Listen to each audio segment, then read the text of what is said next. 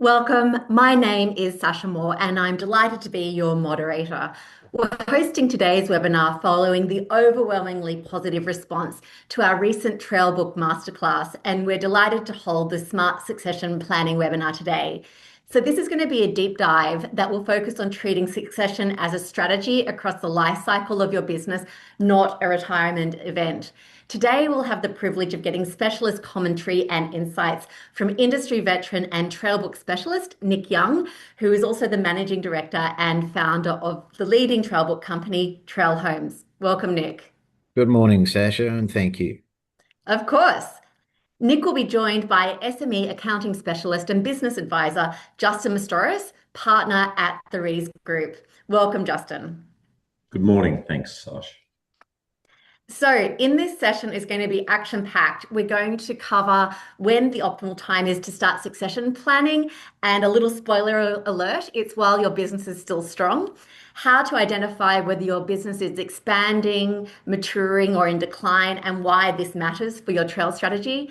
The tax implications that can materially impact your outcome, ways to maximize the trail's value, whether you're 5 years from retirement, considering semi-retirement, or simply want to de-risk and structure your wealth more intelligently. And most importantly, to give some worked examples of different succession strategies. So Nick, if you want to fire up the presentation, that would be great. But today is very much about you as listeners. We really want to make this as interactive as possible. So please be sure to feed in any questions you have for the panel via the chat function, and we'll do our best to either integrate these throughout the presentation or address it at the end of the session. Also, feel free to ask very specific questions, whether that's tax related and directed to Justin, or more trail related, and that would be to Nick. So let's get cracking. Nick, I'm going to put you in the driver's seat. Over to you. Thank you, Sasha, and good morning, everybody. And happy St. Pat's Day, by the way, I've been reminded. So there's a bit of an optional extra. Without further ado, as they say, let's get going. So the first thing is we need to start with a disclaimer. So actually, the first thing I probably should say is that if anybody wants a copy of this presentation, sing out and we can arrange for that to be emailed to you after the presentation today. Disclaimer, it's like always, you can't trust anything that I say. You can probably trust what Justin says because he's actually an expert, but you really do. This is what we're going to be talking about here. It can only be classed as general advice, and you really need to seek independent advice, but more importantly, personal advice if you're actually going to explore any of the things that we're going to talk about here today. All right, so just a bit of a recap. Trail Homes is an investment fund. We're not mortgage brokers. We simply look to buy trail. We don't look to take over the client relationships. We expect typically that the seller will continue to look after the client relationships, and that includes the right to refinance them. So every book we buy, it will go to zero. So when I look at a trail book, I expect it to lose 20 to 25% of its trail every year. Another way of looking at that is that I expect it to halve every 3 years and continuing to do that until that last loan drops off. From my point of view, loan books sell between 1.5 to 2 times. Everybody says, oh no, Nick, they sell for 3 to 4 times. What you're talking about when you're talking about 3 to 4 times is a mortgage broking business. So, and I'm very keen that people separate this concept of a mortgage broking business from a trail book. A business, telephone numbers, email addresses, a warm handover from the seller giving some sort of undertaking that they'll do everything they can to relocate their clients across to you. A trail book is just purely the right to receive the trail off a particular loan or a particular group of loans until those loans discharge. So that's why I'm paying significantly less. From So my Nick, viewpoint, if you don't mind, I might just interject here because I think it's a really important point to cover in terms of why you choose the model that you have. So if we can perhaps just go into the reasons why you choose that and the corresponding benefits. well, from my point of view, it means I can buy a trail book anywhere in Australia at any time, and it's quickly and efficiently done. Whereas if I was actually trying to take over somebody's business, I would be able to arguably take over one or two, but that'd be it. And that'd be the end of me acquiring trail books. So this way, and it's a very different game. It's a funds management game as opposed to a mortgage broking game. So I'm playing the funds management game, but we are dealing with people who are running mortgage broking businesses. So that's probably the key difference here.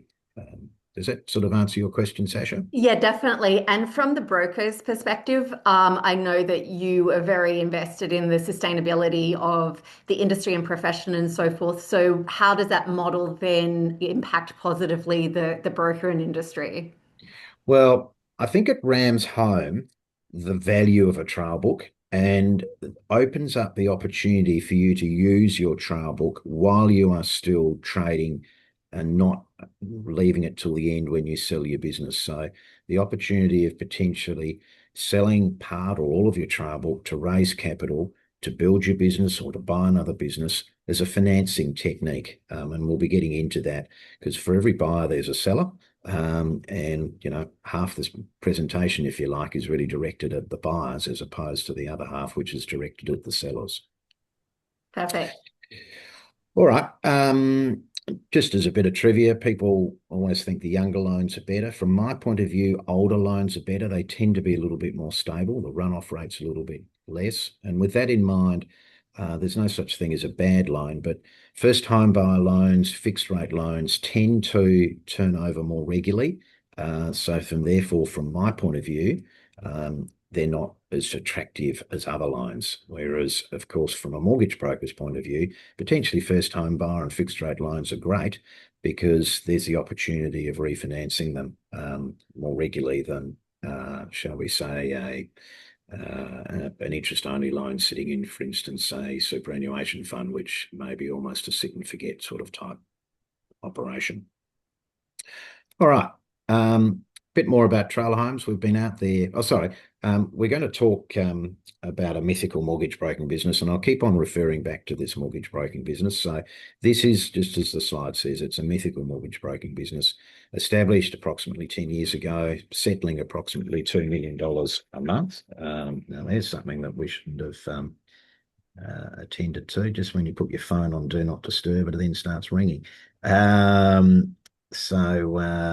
Yeah, we'll get rid of that. Settling $2 million a month. So generating upfronts of about $10,000. So I'm using $10,000 because it's a round number, but it's also potentially allowing for an aggregator to take a share of the revenue here. Trails, coincidentally running at about $10,000 a month, and I'll come back to that. One-time support person and a home office and a well-maintained CRM. So you've probably thrown a blanket over about 50% of the industry. If you're a little bit smaller, great, take half the numbers or whatever. If you're bigger than that, add noughts on to your pleasure. So we'll keep on coming back to this business though. Okay, so this is almost recap. But it perhaps explains what Trail Homes does. So potentially this mythical mortgage broking business may choose to raise some capital. They're going to sell half of their trail book, so $5,000. We're going to buy that for 2 times. They're going to therefore raise $120,000. So approximately annualized trail, so $5,000 times by 12 times by 0.2 is $120,000. They do not sell their clients. They keep on servicing them. The clients, in fact, will never know anything that's happened, and they will continue to ring their mortgage broker as normal, and that mortgage broker will continue to refinance them as required. They use, though, the broker, the $120,000. They can go and buy a speedboat. They can go down a casino. Hopefully, though, they will use it to build their business. So new shop front, marketing, extra staff, whatever they choose to use that money for, they're obviously at liberty to do it. There's no credit charges. We're not interested in your financials. We are purely just interested in the trail. And as I mentioned, we expect that over time, every single loan will be discharged, and probably because the seller has refinanced them. All right. This, and we should have taken this little tag out of it here. Replace this text with a strong message. I think that comes from you, Sasha. So, It's okay. So to keep you on your toes, Nick. so I want to talk, and I'll again come back to this chart. It's probably I regard as probably the most important chart out there. So again, this mythical mortgage broking business. So day one, we've got upfront commissions kicking in. So if you think about starting off, upfronts start early and quickly. Trails start much more slowly.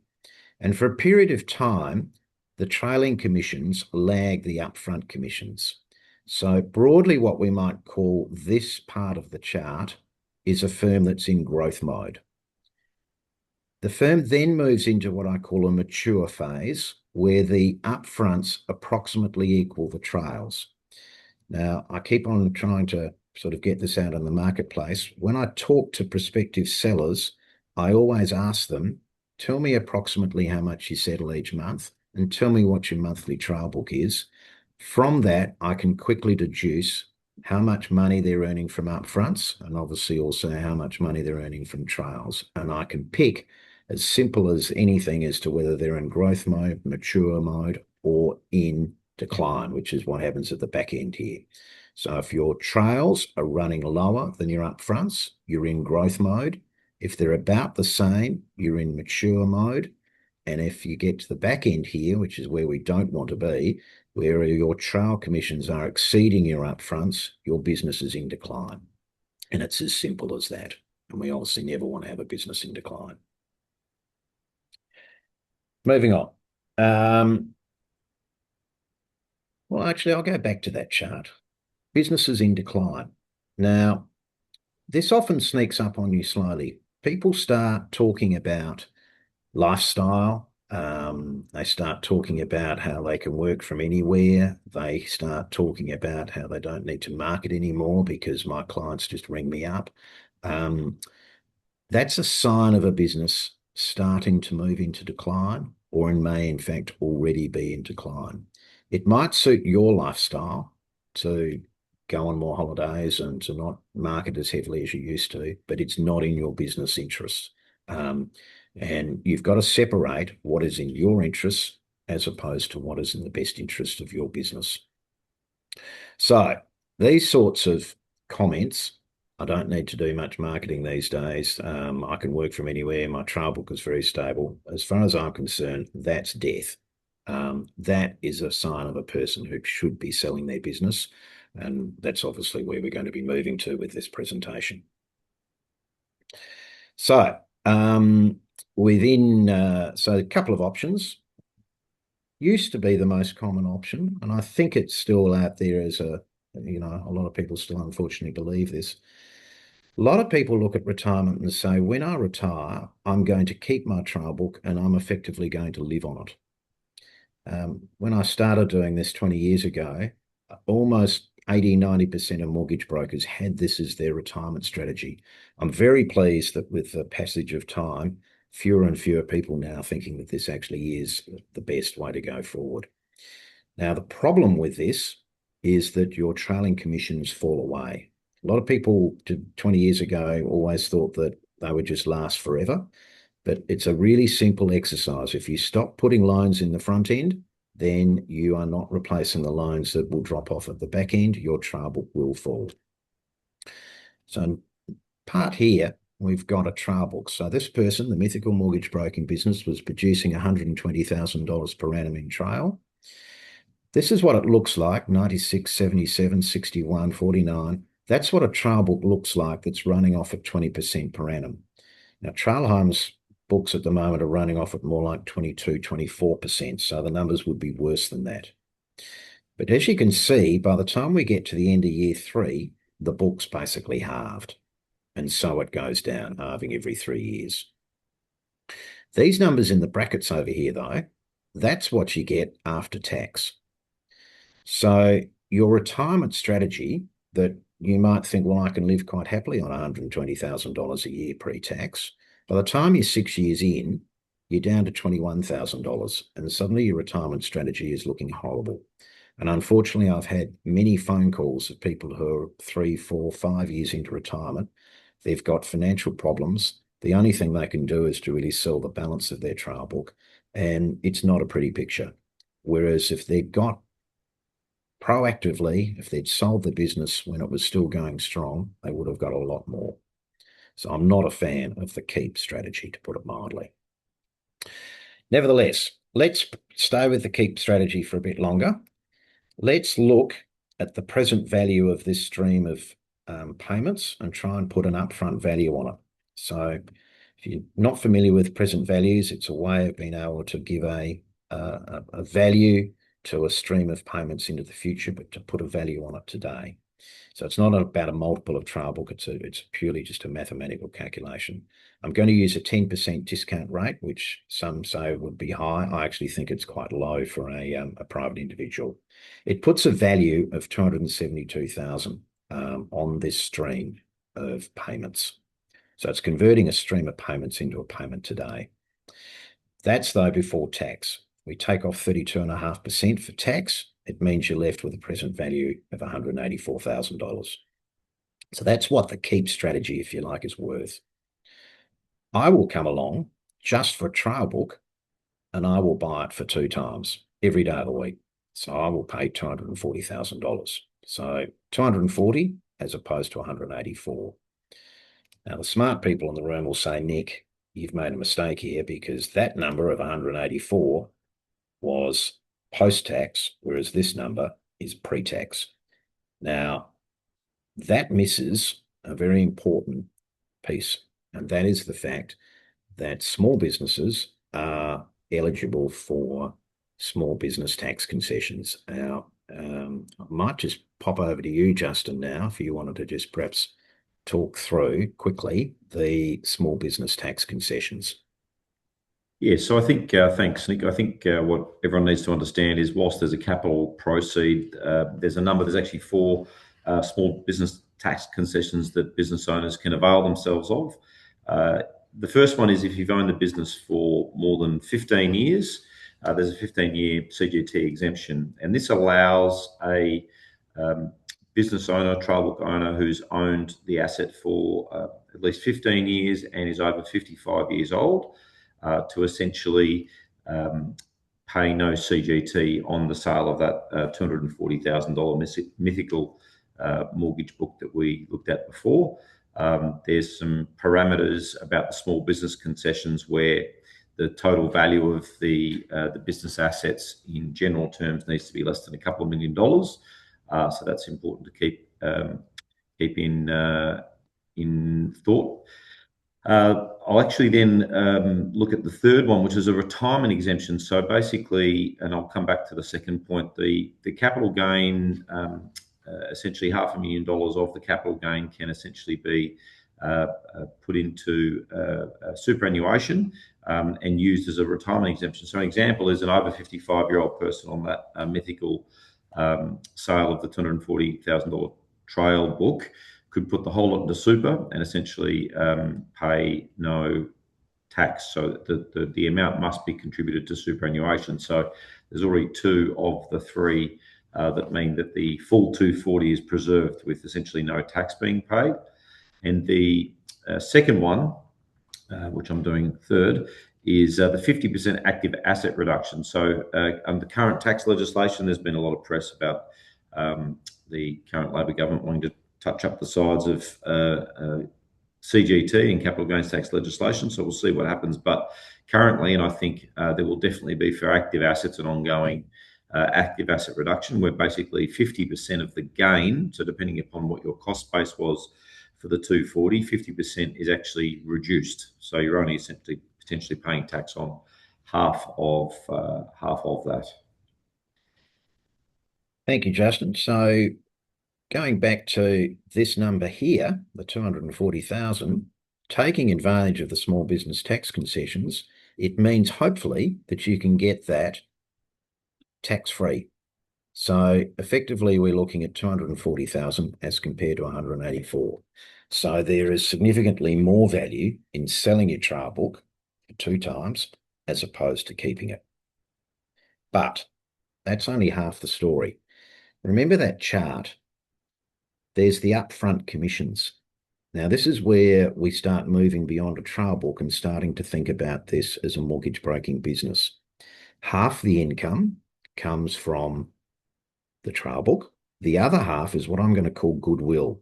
And certainly that's what accountants would call it. So goodwill is the concept that I'm going to get some benefit in the future from the reputation that has been built up in the business. So I call it the right to answer the telephone tomorrow. So I buy your business today. Tomorrow the telephone rings with one of your best clients who, of course, has just bought a beach house and now wants everything refinanced. And I'm going to get the opportunity, being the buyer, of putting in place the loans for that client. So that's the goodwill. Now, the goodwill is a very nebulous concept because it's this idea that the telephone is going to ring tomorrow. And there is no guarantee that the telephone will ring tomorrow. The person selling the business will tell you black and blue that it will, but there is no guarantee. It's if you like, a hope. Now, some businesses you can be a lot more confident that the business is going to actually generate phone calls and opportunities in the future. Others, effectively, it's almost died. And again, that's this concept of selling the business while the business is still going, as opposed to a business that's in decline.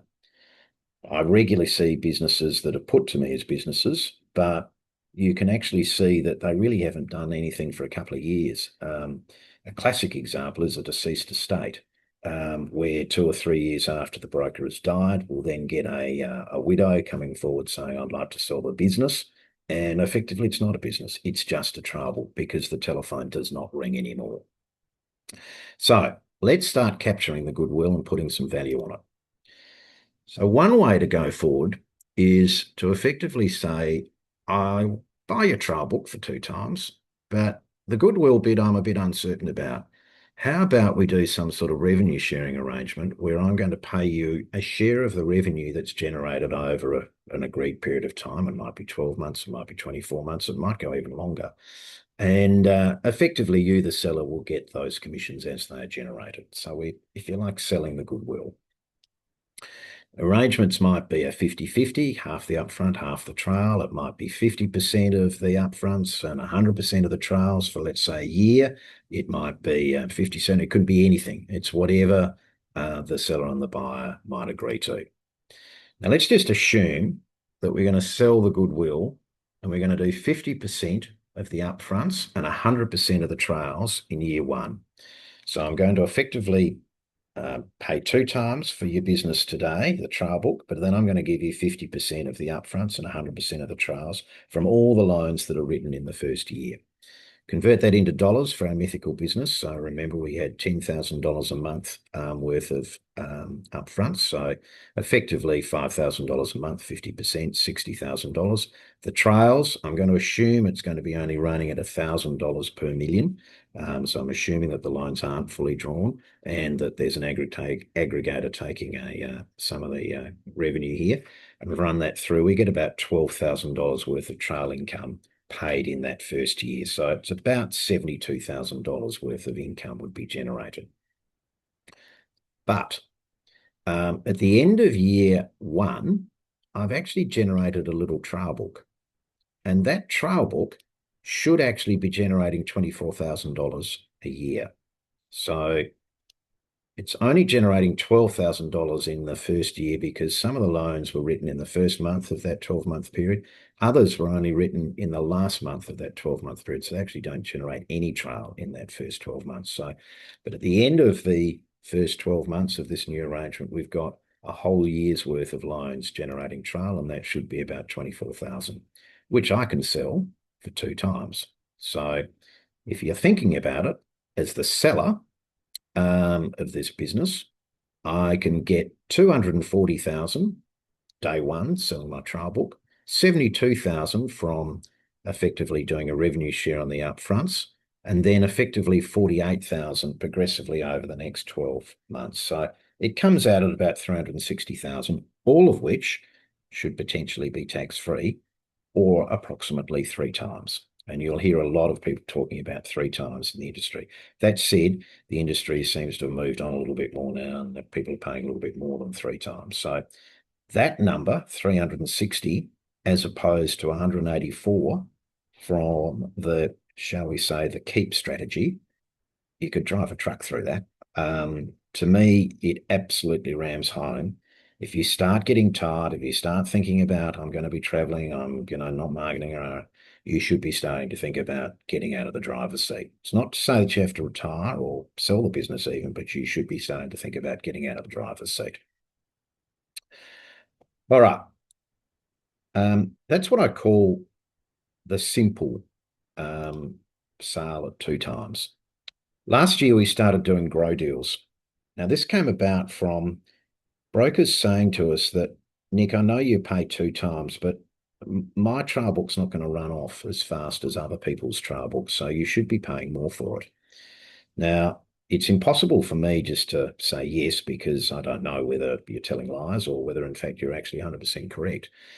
So last year, though, we started to say, okay, well, if you're willing to guarantee the runoff, then indeed, potentially, I can pay you a higher multiple, and potentially we'll go all the way to 3 times the annualized trail, on the basis, though, that you're going to guarantee there is no runoff for the first 2 years.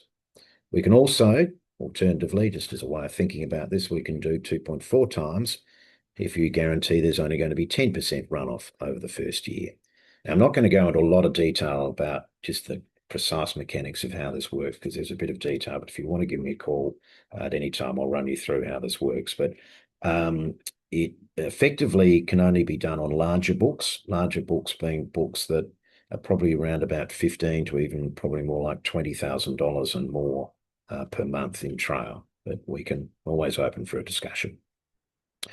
Now, potentially, we can use grow deals and our normal deals to effectively be part of a larger structure of how we're going to sell down our business. Now, I've run through what we might call a simple sale, where we've realised a price of about 3 times. And potentially, as I say, on the open market, sales are going through at the moment are more like probably 3.5, and the really good businesses are even getting 4s. And I've even heard occasionally above that. But I think probably the average at the moment is probably about 3.6, 3.5, mid-3s. The best way to get value for your money, though, is to sell down to staff. So in my experience, the multiples associated with selling down to staff, or at least to a key staff member or a key group of staff, that is the way that you will maximise the sale of your business. It requires some engineering in that obviously those key staff members need to be in your business and available to actually buy it. So a lot of people will say, oh, yeah, I've had a go at trying to recruit a broker and bring them on, and then they left. And don't be off put. Work with your aggregator, work with your advisors. It's not an easy thing to bring on staff. It's not an easy thing to be a leader and build a business that can actually handle, multiple brokers. But if you can do it, that opens up the door for you to be able to then start selling down to them. And that is, again, just to repeat it, the way that you will maximize the value of your or the multiple at which you'll be able to sell your business. Why? Because under that scenario, the goodwill, that nebulous goodwill, it's not nebulous anymore. I've been working in this business, and I know the phone rings. And in fact, half the time the phone rings because I caused it to ring. Because it's actually, if you think about it, it's probably I'm the key staff member and I make the telephone ring. In fact, I'm starting to get frustrated that there's this old bloke who's increasingly seems to be going on holidays around Australia, and I'm actually driving the business. That's the person that we need to be selling down to.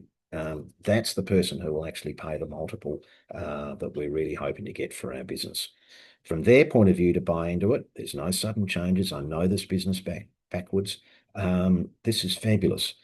I also can arrange the sale so that I don't necessarily buy it all in one go because perhaps I can't afford it. All sorts of deals can be done. And again, people like Justin, there's employee share plans. There's all sorts of things that can be done to structure a really attractive sell down to staff. And the more attractive you make it, the greater the multiple. It also means potentially, and indeed staff members quite like this, they may well not want you to go entirely. In fact, typically they don't. Typically, they actually like you to stay on board, whether it be 50%, 20%, but they like you as the founder to stay involved in the business. And typically, when I'm talking to people thinking about selling, they actually don't want to stop. Yes, I want to start traveling around Australia or overseas, but I still want to stay involved in the business. So the idea of them moving into more of an ambassadorial chairman, mentor type role and keeping a shareholding is often actually the most attractive for the seller as well. All right, so let's just think about a sell down to staff here. So I'm going to talk about the new broker, this young pup who's coming through, who's wanting to be given the reins, and the older broker who's looking to move out. So again, we've got this trail book, $20,000 per month, $240,000 per annum. We're going to have a scenario now where the young pup is actually now generating about half the business. It's the sort of broker that if we don't do something, they're going to resign and go and set up their own shop. So we actually need to be proactive in getting in front of them anyhow, otherwise we're going to lose them. It's that sort of person. We're going to sell 50% of the business to this new broker. We're going to put a price of 4 times on it. So this is a big price, obviously, 4 times trail here. Potentially can even go further. We're going to fund it using a 3 times grow deal, plus we get another 1 times from selling the goodwill. So if you think about it, we've already been through how we can sell a 1 times for the goodwill. So that was effectively doing a revenue share over the first year on 50% of the business. But we're also going to use a grow deal for half the business. So the seller effectively is going to get 4 times over the course of 12 months. The buyer, under this scenario, is actually not going to put a cent on the table. They're going to fund this by selling at 3 times under a grow deal, half the trail book to trail homes, and they're going to use a revenue sharing arrangement for the other 1 times. So as I say, the buyer, the new broker, who invariably doesn't actually have any money because invariably they're young, is going to be able to actually pay out 4 times to the selling broker. It's missed a key bit though. The selling broker still actually owns 50% of the business. So they're still going to get 50% of the profit going forward.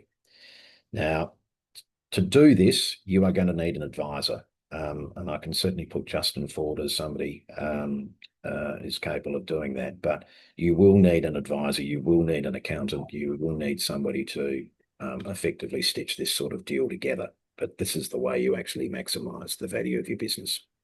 I'm sure you agree with that, Justin, don't you? Yeah, I was going to comment that the structure of the deal, because there's many ways to structure the deal with incumbent owners, and as you in this example, the new person coming on board. So the structure is really important, and it's not necessarily, Nick, always a black and white solution. Depends on everyone's circumstances and many moving parts in the deal as well. So take the advice is really important. And I totally agree, Justin. Every single business that I've been involved in on the sales side, there's always been a different story about the peculiarity of the business, what people are trying to achieve.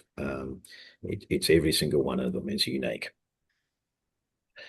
Second to a sell down to staff, a merger is the best way to maximise the value of your business. So, Justin, you'll love me to say this, but accountants are really good at doing this. So you'll get, Justin's accounting and it will merge with Nick's accounting and it'll become Justin and Nick's accounting.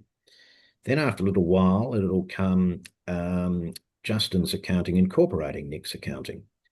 Then it'll move back to Justin's accounting, and there might be little brackets down the bottom of the page saying incorporating Nick's accounting. And then after a few more years, it'll just go back to Justin's accounting. Now, what was organised right from the word go is that Justin was actually taking over Nick's business and Nick was retiring. But what they've done through that process, or what Justin's done through that process, is he's slowly integrated my clients into his business and made it a much more seamless movement for the clients. The other thing about a merger is particularly, and I'll go back to the Justin and Nick's merger, if it can be sold to the clients that it was just Nick's accounting, but now with Justin and Nick's accounting, it's a much bigger firm and we're going to be able to do a lot more for you. This is something from a client's point of view that should be celebrated because you're going to get much better service with Justin and Nick as opposed to just Nick. And particularly bearing in mind that Nick's going to be on holidays most of the time. So it's definitely going to be a lot better service. But it's the merger option. So again, it's about trying to turn this nebulous asset of goodwill into a hard asset. Now, potentially here, we could do a merger. Same as selling down to staff, except unfortunately, the goodwill bit, it doesn't actually get sold for an upfront dollar amount under this scenario because effectively the goodwill is going to be merged into the combined business. So yes, you might get, say, 3 times and you might get 50% of the business, but you're not going to get that extra 1 times.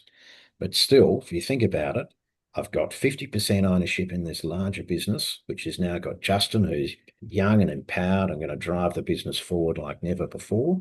I own half of it. I've taken 3 times off the table and I've put that into superannuation or something similar, tax-free. All right.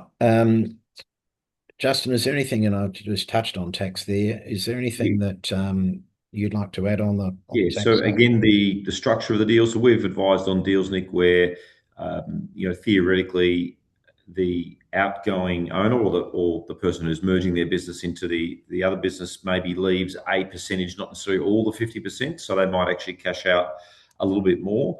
And again, just having those discussions and structuring that properly. And then we've also advised on deals where there's been a sell down of some more equity over time as well.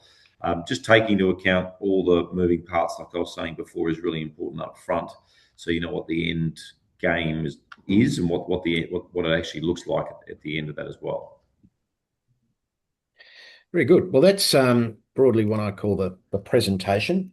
So we've got another I might just interject at that point. If we go back to the tax implications, and again, thank you to everyone who's shot through some questions. Keep them coming because, as I said, we really want to make sure that this answers any questions that you have.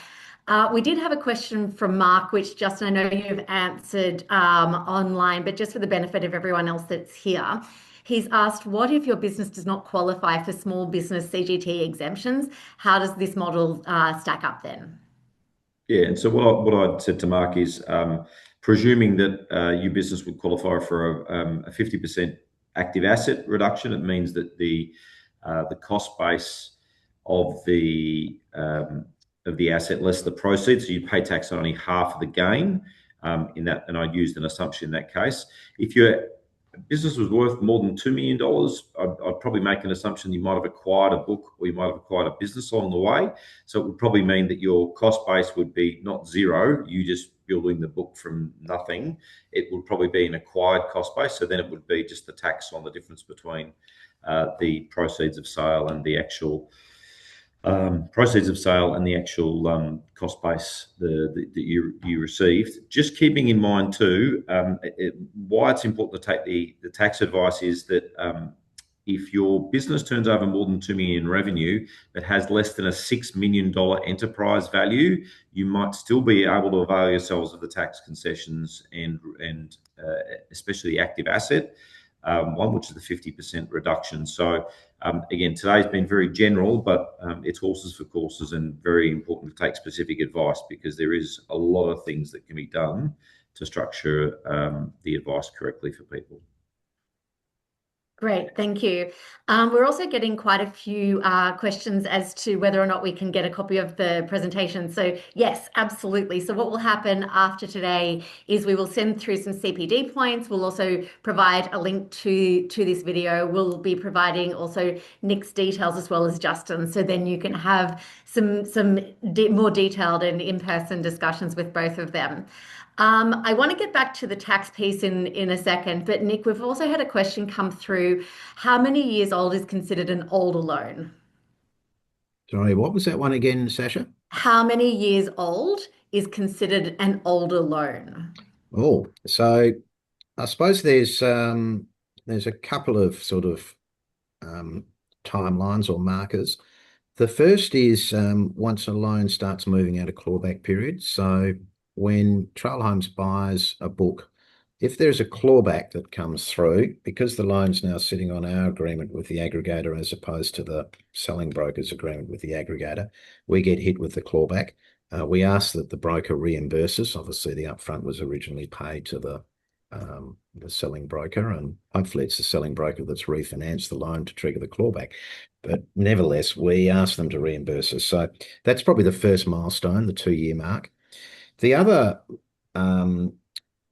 milestone is that typically the average life of a loan is about 3 to 4 years. So if you think about it, the fact that the trail book is halving every 3 years, it means that the average loan is really only lasting about 3 years.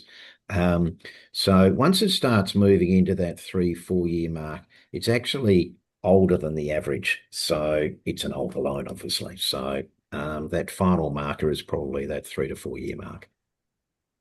Great, thank you. So Nick, staying with you, Vlad's asked a question. How does shopfront office with a current lease in place affect the goodwill? Oh, great question. And this is an interesting one, this one. So there are shop fronts and there are shop fronts. We haven't spoken about franchises. So, and I'm reluctant to do this, but, Aussie Home Loans, Mortgage Choice, we shouldn't mention names, but it's probably easier if I do. So, shop fronts, very clearly branded. They trade as a franchise, and they are really not valued on the basis that we've been valuing today. There's a lot of similarities, but you are effectively buying a franchise, and there is an obligation that you will continue to operate it as a franchise, and often in a particular area. So I'm going to put all that to one side. There's a similarity, but there's also some marked differences. Sorry, Nick, before we proceed, we've just got clarification that this isn't a franchise. Good. All right. Next one is, and this is a hard one, there's the brand name, and let's call it Nick's U-Butte Mortgages. Hopefully the person's come up with a better name than Nick's U-Butte Mortgages. So part of the shop front is that branding of Nick's U-Butte, and that has some value. That's taught up in the brand name. The actual lease, though, is a liability. The office lease is a legal requirement that you're going to make rental payments every month for the length of the lease. It's actually not an asset. It's actually, as I say, a liability. It actually detracts from the value of the business. So there's a plus bit because it may be, the branding may be adding to the goodwill of the business. It's more often than not, though, going to be exceeded by the actual liability associated with the lease. I, therefore, as a general comment, regard it as being a negative net rather than a positive. Many people come to me thinking that having this great office fit out is going to be an asset. Typically, also, businesses are normally acquired by bigger businesses. And bigger businesses will typically have their own shop front and be wanting to actually relocate your business into their business. So they've got to go and effectively close all this down. So it absolutely rams home that it's a liability.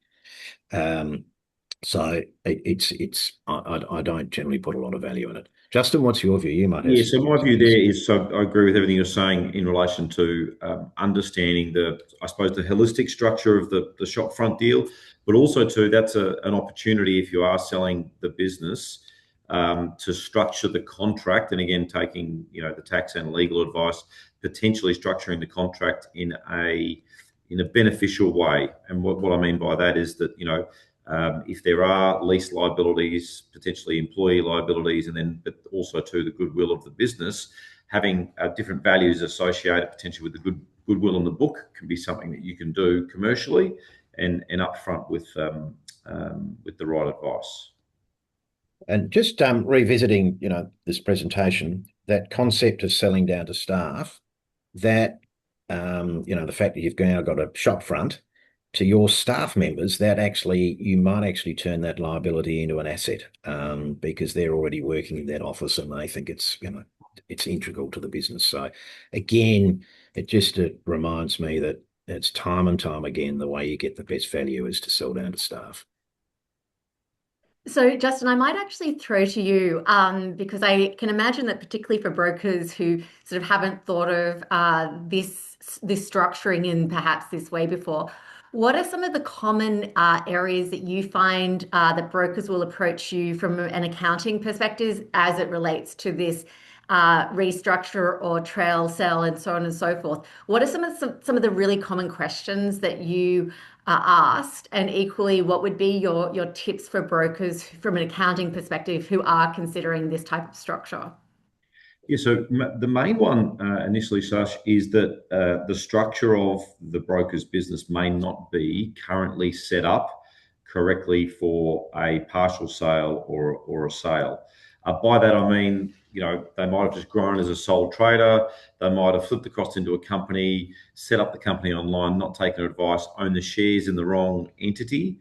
So it means that when we then progress to, as Nick was saying, some of the examples of a partial sale or a grow loan or whatever, or grow sale, whatever it might be, they're not actually set up the best way to avail themselves of the capital gains tax exemptions and the ability to look at, potentially some goodwill as part of the overall structure as well. So, from other examples that we've had, we've actually helped brokers restructure their business correctly to, in some cases, there's what's called rollover relief, where you actually put yourself in the right structure, then you're ready and getting yourself ready for the next stage, which Nick has been talking about today. So I think that you actually raised something that's really important, and just the presumption that you will be in a position to be able to do this. So would it be prudent for brokers as sort of that first step to perhaps meet with an accountant and just say, where are we at? And if I do want to do this in a year, 5 years, 10 years, is there merit, do you think, of having sort of that health check to make sure that what you then presume you want to do, you actually have the ability to do so? Yeah, I would think that when the brokers listening today doing their tax planning meeting with their accountants prior to June, which they should all be doing, they should definitely be raising the point. And if they're getting a convoluted answer, they should be asking someone like myself the question, about their structure. And again, someone who's got experience in looking at what the end game is and what the end result is going to be and how that's going to affect them, and making sure they're maximising, essentially, at the end of the day, maximising the net result for them and their family. And I think that you raise a very important point. And whether or not this is an accurate perception, but where I really see the accounting profession is you have accountants who are really great bookkeepers, and they do tax and they do insurances and so on and so forth to keep businesses operational. That's a very different role to a business advisor. So, how would you suggest brokers determine whether their accountant is able or it's in their lane to provide that advisory piece opposed to the professional services piece? Yeah. So, and I'd be asking myself the question: Am I getting proactive advice looking forward, as I was saying, planning for tax for this year and potentially into next year, or every time I meet with my accountant, are we looking back at what happened at June last year, and all the discussions are retrospective as opposed to being proactive and forward looking? So, I think you need someone who understands your business and where you're going, as opposed to just reporting on what your business activity statements were for the last 4 quarters and here's your tax return.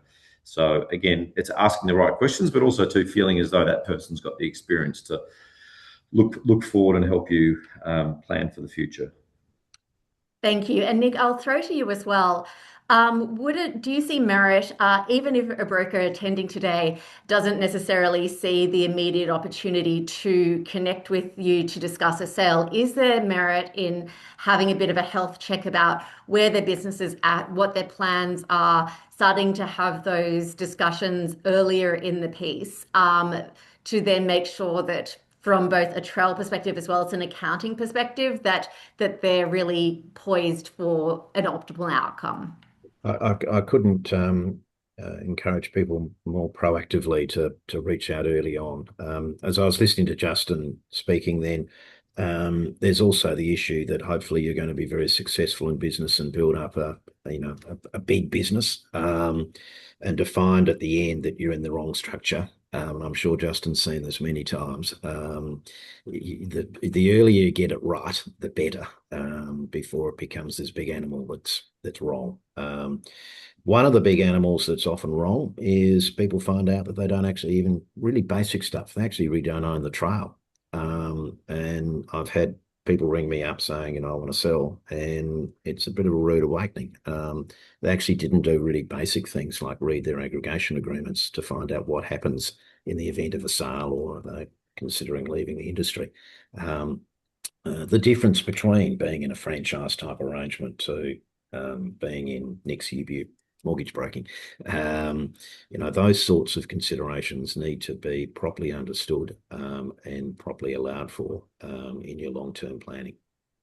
And I think it just comes back to that previous point of assumptions. So what I'm definitely taking from today is don't assume anything. So as you were saying, Nick, have a look at your contracts, really speak with your accountant about the structure of what you're wanting to do. Make sure that how you think of your succession planning, again, whether it's next year, 5 years, 10 years, 15 years, you're actually forward planning that today to make sure that you're doing it astutely. And I would even suggest, like, even if we have some younger brokers on the call today, you always want to start with your exit in mind with anything in business, and to just have that as part of your company growth plans, I think is a really interesting way to look at it, because we're really reversing that whole perception about succession planning. Because if we're looking at trail as an alternative debt facility, it takes it away from, yes, it can be used at succession, but also it can be used within the life cycle of the business to then support growth. So just on that one, Sasha, from the buyer's point of view, people who, it's probably about age 50, people start thinking about retirement. Now, they might think that I'm actually not going to retire. I never want to retire. But it's just part of life that as you go on, you start thinking about, do I have enough money to live in the manner to which I wish to be accustomed? If you're a buyer, that young person, significantly younger than 50, you should be tapping on the shoulder, whether it's your boss, the person who owns the business, or when you're at the next PD day, and, go and talk to the old blokes. Let them know that you're a buyer, even if you got no money. Or I saw a presentation where I can actually probably pay 3, 4 times, and not actually put any money on the table if we structure it correctly. And particularly if it's done by way of a merger, these sorts of, okay, I'm a young buck. I'm willing to back myself. Go and talk to the old people. They obviously won't sort of, turn around immediately and go, that's fantastic. Can we do it on Monday? But you'll plant a seed and you'll be amazed, a year, 2 years, 5 years later, they'll come back to you and say, I'm ready to talk. Excellent. Well, it's actually quite timely. We've had a question come in from Joseph of whether, Nick, you can help if he's looking to buy a book. Sort of. I can help with the financing. Justin can help with the structuring, but neither of us will put ourselves out there as being, shall we say, brokers of mortgage broking businesses. So if you can find one to buy, we can help you. But we don't have a list of businesses looking to sell. Excellent. Well, gentlemen, thank you so much for your insights today. Nick, always a pleasure to pick your brain and get such specialist commentary about the trail space. And Justin, as always, your wise counsel from an accounting perspective. So thank you, everyone, for also tuning in and for your valuable questions. As I mentioned, we'll definitely be in touch with a copy of this presentation with Nick and Justin's contact details and CPD points. Thanks again, and we'll see you next time. Thank you all. Thank you, Sasha. Thank you, Justin.